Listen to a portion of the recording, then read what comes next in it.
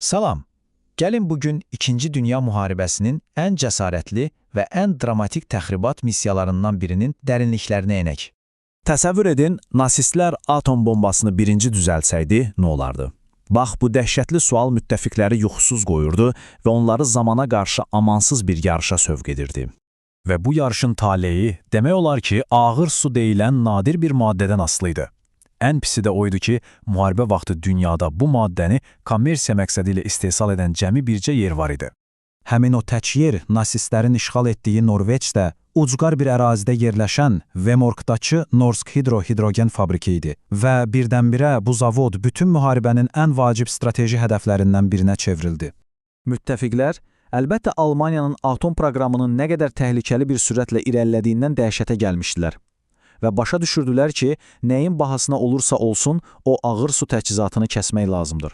Başqa yol yox idi. Yaxşı, gəlin görək nə etdilər. İlk cəhd 1942-ci ilin noyabrında oldu. Bu, Freshman əməliyyatı adlanan 2 mərhələli bir plan idi. Deməli, plan belə idi.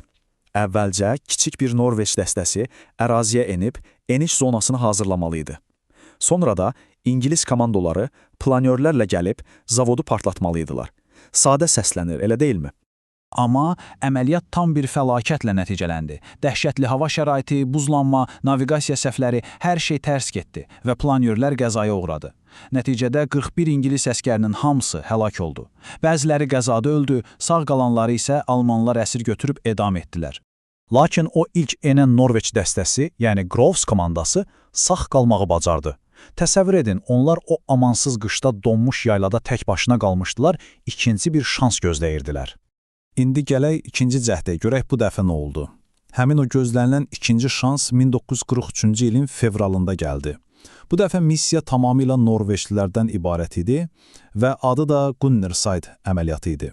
Yaylaqda sağ qalan o dəstəyə qoşulmaq üçün daha 6 nəfər elit Norveçli komando paraşütlə endirildi. Artıq yeni bir plan var idi, planyorların bacarmadığını etmək, yəni birbaşa o möhkəm qorunan fabrikaya sızmaq. Onlar inanılmaz bir şey etdilər. Almanların heç gözləmədiyi bir yoldan, minalanmış körpüdən yan keçmək üçün 150 metrlik dərin, buzlu bir dərəyə endilər. Bu sözün əsl mənasında mümkünsüz bir yol idi. İçəri səssizcə sızdılar, partlayıcıları yerləşdirdilər və bir güllə belə atmadan oradan çıxdılar. Ən maraqlısı da bilirsiniz nədir? Missiyanın rəhbəri Joachim Rönneberg illər sonra bu inanılmaz uğur haqqında danışanda çox təvazökar idi. Deyirdi ki, sadəcə bəxtimiz gətirdi. Bəli, mütləq bəxtimiz gətirdi, amma həm də kəşfiyyat məlumatlarımız çox dəqiq idi. O, sonralar etiraf edəcəkdi ki, əslində missiyanın əsl əhəmiyyətini Hiroşima və Nagasakiya atom bombaları atılana qədər heç anlamayıb. Təsəvvür edin, o və dəstəsi sadəcə verilən əmri yerinə yetirən əskərlər idi.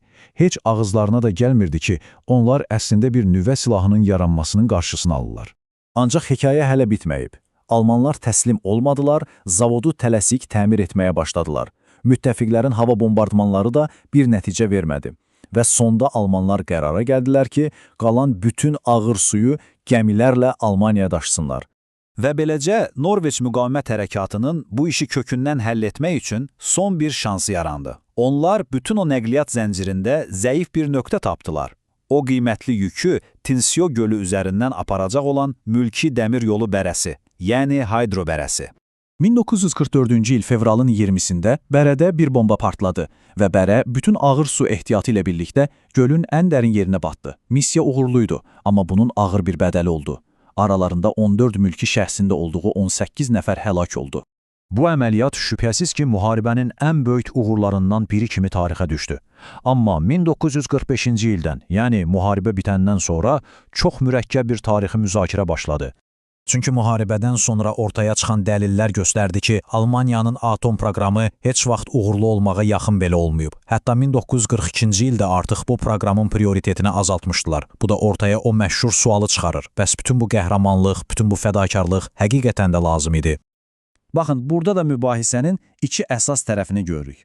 Bir tərəfdən, düşünün, müttəfiqlər nasistlərin atom bombası əldə etməsi kimi dəhşətli bir ehtimala qarşı əli qolu bağlı otura bilməzdilər. Bu, qəbul edilməz bir risk idi.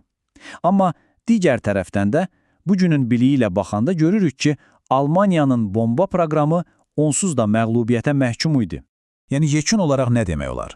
Bu inanılmaz bir qəhrəmanlıq hekayəsidir. Amma görəsən müharibənin taleyini həqiqətən də dəyişdimi? Bəlkə də belə yekunlaşdırmaq olar. O təxribatçılar o dövrdə sahib olduqları məlumatlarla hərəkət edərək inanılmaz bir cəsarət göstərdilər. Onlar bir kabus senarisinin gerçəkləşməsinin qarşısını aldılar. Hətta o kabus heç vaxt reallığa düşündükləri qədər yaxın olmasa belə.